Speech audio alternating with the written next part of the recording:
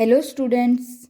आज हम आपको इंग्लिश के बारे में कुछ बताएंगे और ऐसे ही हम अपनी वीडियोज़ को कंटिन्यू करते रहेंगे जब तक कंप्लीट नहीं कर लेते इस कोर्स को। तो आओ चलते हैं इंग्लिश की तरफ। इंग्लिश कोई भी शब्द होता है हमारे पास, इंग्लिश हो, हिंदी हो, साइंस हो।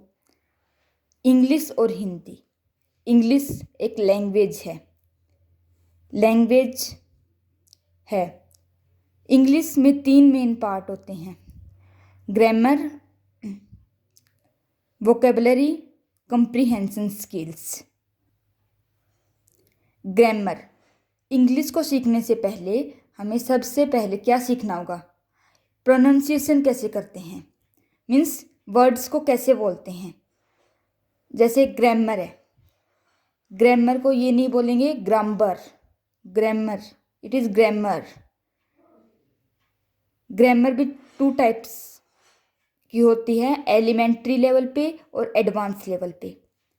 We will discuss later. Second है वोकेबलरी।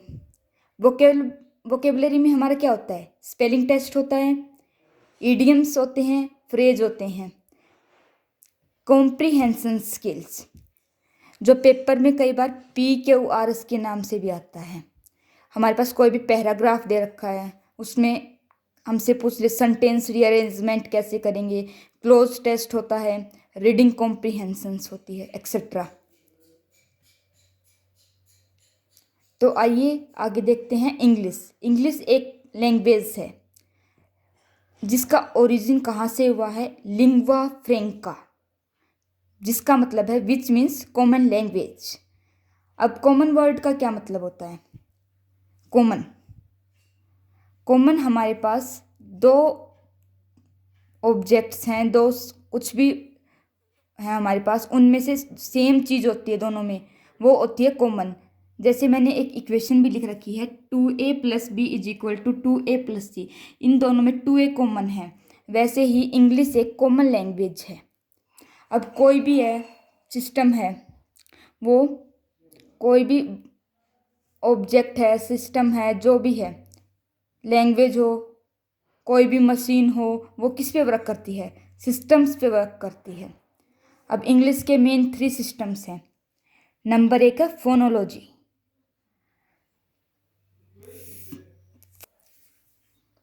फोनोलॉजी मीन्स, अब देखो मैंने एक शब्द ले लिया इलेक्ट्रोस्टैटिक्स। इलेक्ट्रो मीन्स, अब इलेक्ट्रोस्टैटिक्स दिखने में तो बहुत ही बड़ा शब्द है हमारे पास, कैसे याद करेंगे, इसका मीनिंग क्या होता है? तो हम क्या करते हैं, उसको पार्ट्स में डिवाइड कर देते हैं, मीन्स इलेक्ट्रो और स्टैटिक। इलेक्ट्रो मीन्स इलेक्ट्रॉन और स्टैटिक्स मीनी रेस्ट, मीन्स इलेक्ट्रॉन है वो रेस्ट पे हैं। वैसे ही अब फोनोलॉजी भी बहुत बड़ा शब्द है, कैसे याद करेंगे इसको? तो फोनोलॉजी को भी हम 2 पार्ट्स में डिवाइड कर लेते हैं, फोनो और लॉजी। फोनो मीन्स साउंड, जैसे कि हम फ़ोन पे बात करते हैं तो हमारी sound 1 person to other person जाती है, तो फोनोलॉजी में है साउंड। और logy means study of, phonology में हम साउंड की स्टडी करते हैं। अब है डेफिनेशन, 2 वर्ड लिख दिए। अब साउंड हम अच्छे प्रकार से प्रोनाउंसिएशन करेंगे, यानी फोनोलॉजी ही करेंगे, तभी तो हम वर्ड्स को सही लिख पाएंगे। जैसे कि डेफिनेशन है, हम बोलते डेफिनेशन सुना, it is not definition, it is definition. Definition बोलेंगे तो हम स्पेलिंग भी गलत लिखेंगे, जैसे कि DEFINATION। और definition, this is correct spelling and correct pronunciation. Definition DEFINITION। अब सेकंड आता है हमारे पास मॉर्फोलॉजी। इसको हम कैसे डिवाइड करते हैं, बोलो मेरे साथ, मॉर्फो और logy. Morph mean word, logy mean study of, word की स्टडी। जैसे कि ले लिया हमने एग्जाम्पल वर्ड, एग्जाम्पल। अब एग्जाम्पल को हमने 2 पार्ट्स में डिवाइड कर दिया, EX eggs, ample. X meaning out और एम्पल का मीन्स क्या होता है? सुटेबल, टू इनहांस, यानी कि वर्ड्स को डिवाइड कर दिया, यानी वर्ड्स की स्टडी को हम बोलते हैं मॉर्फोलॉजी। अब थर्ड आता है सिंटैक्स। अब हम सिंटैक्स में हमारे पास सेंटेंसेज होते हैं जिसका हम आगे पढ़ेंगे। तो let be continue our topic. Language, अब कोई भी पर्सन ले लो, कोई भी ऑब्जेक्ट ले लो, कुछ भी ले लो, उसका अपना कुछ स्किल, उसकी कुछ अपनी स्किल्स होती हैं। जैसे इंग्लिश में क्या है, listening, speaking, reading, writing. Listening और स्पीकिंग ये हमारी वोकेबलरी से रिलेटेड करती हैं। जब हम कोई भी कॉम्पिटिटिव एग्ज़ाम दे रहे होते हैं तो हमारी लिसनिंग और स्पीकिंग हमारे इंटरव्यू में देखते हैं। उससे पहले हमारा जो रिटन टेस्ट होता है उसमें हमारी रीडिंग और राइटिंग स्किल्स देखी जाती हैं। अब लैंग्वेज साउंड है। एक बार थोड़ा सा रिवाइज कर लेते हैं पीछे का। इंग्लिश है वो एक प्रकार की लैंग्वेज है। लैंग्वेज वर्ड, लैंग्वेज भी कुछ सिस्टम्स पे वर्क करती है। उस सिस्टम के 3 पार्ट होते हैं, फोनोलॉजी, मॉर्फोलॉजी, सिंटैक्स। अब लैंग्वेज है वो साउंड पे वर्क करेगी, क्या साउंड बोलते हैं हम। तो इंग्लिश है, इंग्लिश में 26 लेटर्स होते हैं, 26। अब उन 26 लेटर्स को हम ऐसे तो नहीं बोलेंगे 26 वर्ड, 26 अक्षर। उनको हमने एक बड़ा प्यारा सा नाम दे दिया अल्फ़ाबेट। अल्फ़ाबेट कितने होते हैं, 26। जैसे 26 ABCDEFG अप टू XYZ तक। अब अल्फ़ाबेट को भी हमने 2 पार्ट्स में डिवाइड कर लिया, वोवल्स और consonants. It is vowels not vowel, it is vowels. Vowels क्या होते हैं, AEIOU, और कॉन्सोनेंट्स होते हैं इन सब को छोड़ के, जैसे BCDFH एक्स्ट्रा। अब इन शब्द को मिला देते हैं तो हमारे पास बनता है वर्ड। जैसे कि हमने वोवल्स और कॉन्सोनेंट को मिला दिया, एक हमने वोवल ले लिया A और हमने ले लिया कॉन्सोनेंट T, तो हमारे पास वर्ड बन गया एट। वर्ड क्या, एट का मतलब होता है पर। तो वर्ड क्या होता है, meaningful unit of letters, letters की मीनिंगफुल इकाई, मीनिंगफुल यूनिट। अब वर्ड्स को आगे लेके चलते हैं तो हमारे पास आता है parts of speech. Parts of speech हमारे पास 8 होते हैं, तो बोलो मेरे साथ। फर्स्ट है नाउन, सेकंड है प्रोनाउन, थर्ड है एडजेक्टिव, फोर्थ है वर्ब, फिफ्थ है एडवर्ब, सिक्स्थ है प्रीपोजिशन, सेवन्थ है कंजंक्शन, एट्थ है इंटरजेक्शन। अब देखो कुछ वर्ड्स हैं, जैसे कि एडजेक्टिव है। एडजेक्टिव में हमने जे के पहले का डी हटा दिया।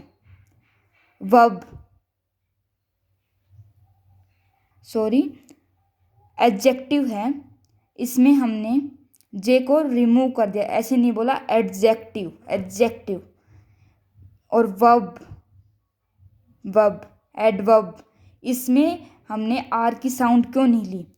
अब देखो वोवल्स हैं हमारे पास, वोवल्स आते हैं, वोवल के बाद ठीक कॉन्सोनेंट आए तो उस कॉन्सोनेंट की साउंड हम नहीं बोलते, और वोवल से पहले कॉन्सोनेंट आता है तो हम उसकी साउंड बोलते हैं। जैसे कि प्रेपोजिशन, प्रेपोजिशन में ई वाउल है, आर कॉन्सोनेंट है, तो आर वाउल से पहले आ गया तो हम इसकी साउंड बोलेंगे प्रेपोजिशन।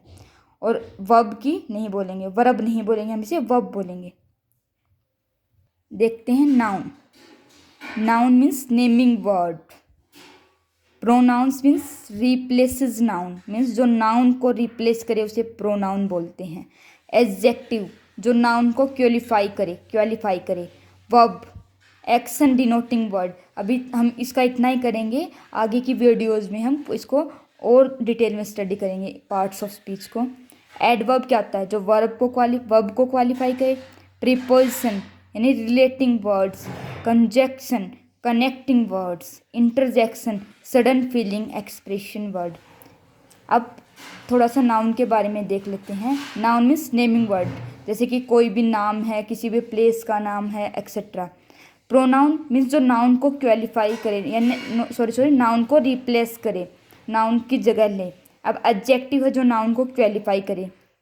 वर्ब है एक्शन डिनोटिंग वर्ड, हम क्या एक्शन कर रहे हैं वो। एडवर्ब जो वर्ब को क्वालिफाई करे। प्रेपोजिशन रिलेटिंग वर्ड होता है। कंजक्शन कनेक्टिंग वर्ड जो दो सेंटेंस को दो को कनेक्ट करे, जैसे और and. Interjection sudden feeling expressing word, जैसे कि हम कोई खुशी की बात सुनते हैं तो हम बोलते हैं वाओ, कोई दुख की बात सुनते हैं तो ओह, अलास, एक्सेट्रा। अब पार्ट ऑफ स्पीच में आर्टिकल्स नहीं आते, वो हम आगे बताएंगे आपको। हमने वर्ड तक पढ़ लिया, वर्ड यानी कि मीनिंगफुल यूनिट ऑफ लेटर्स। अब वर्ड से आगे का देखते हैं। वर्ड से आगे आता है हमारे पास फ्रेज। फ्रेज क्या होता है? Group of words without completing meaning.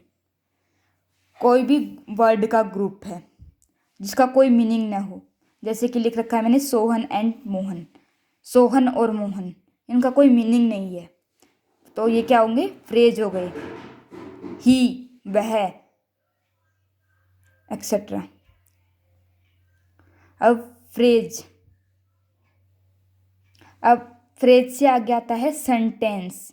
Sentence में क्या होता है? कंप्लीट मीनिंग होता है। जैसे कि वर्ड है complete meaning of word, complete meaning of letters, और सेंटेंस है complete meaning of word. Phrase होता है इनकम्प्लीट मीनिंग। सेंटेंस को हम अरेंजमेंट ऑफ वर्ड्स करेंगे तो ये हमारे पास स्ट्रक्चर बन जाएगी। जैसे कि Sohan is writing a letter, ये हमारे पास एक सेंटेंस बन गया। जो स्ट्रक्चर बनती है उसको हम सिंटैक्स बोलते हैं। सिंटैक्स बोलते हैं। जैसे हमने पहले भी डिस्कस किया था कि इंग्लिश है वो लैंग्वेज है जो कुछ सिस्टम्स पे वर्क करती है। वो सिस्टम कौन कौन से हैं? फोनोलॉजी, मॉर्फोलॉजी और syntax. Syntax means sentence. Phonology morphology हो गया था। सिंटैक्स में हमने सबसे पहले पढ़ा वर्ड, फ्रेज और सेंटेंस। आज के लिए इतना ही। नेक्स्ट वीडियो में हम पार्ट्स ऑफ स्पीच को कंटिन्यू करेंगे, नाउन्स से स्टार्ट करेंगे। Thank you.